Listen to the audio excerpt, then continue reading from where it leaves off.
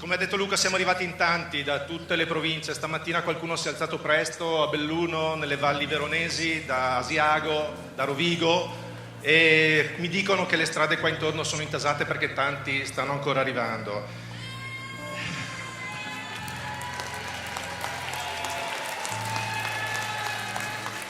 Ci siamo dati l'obiettivo un mese e mezzo fa di uscire dai nostri laboratori, dai nostri capannoni, dai nostri servizi, perché sentivamo il bisogno di guardarci,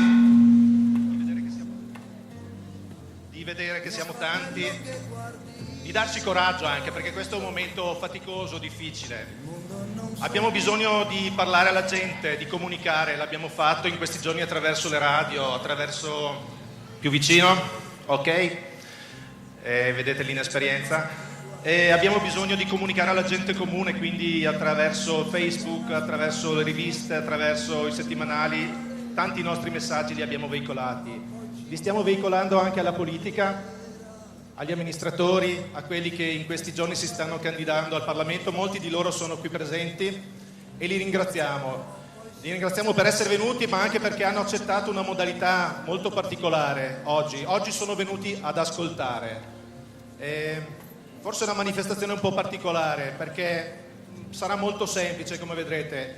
Cercheremo di dare voce a quei 4 volti che hanno tappezzato i muri delle vostre città, hanno tappezzato i vostri pulmini che sono venuti oggi qui a Venezia. Provate a immaginare che da ciascun cartellone a un certo punto venga fuori qualcuno e vi racconti la sua storia personale, che è la storia in realtà di tante altre persone che sono presenti nei nostri servizi.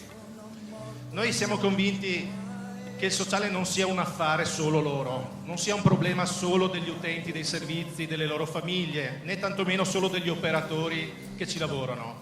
Il sociale è di tutti, è uno slogan che ci siamo dati anche questo. Stiamo cercando di dire alla gente comune che è il momento di alzare la voce, di venirci vicino e di aiutarci.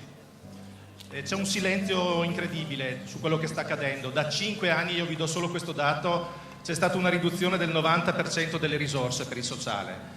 Quale realtà può resistere? Quale realtà può andare avanti?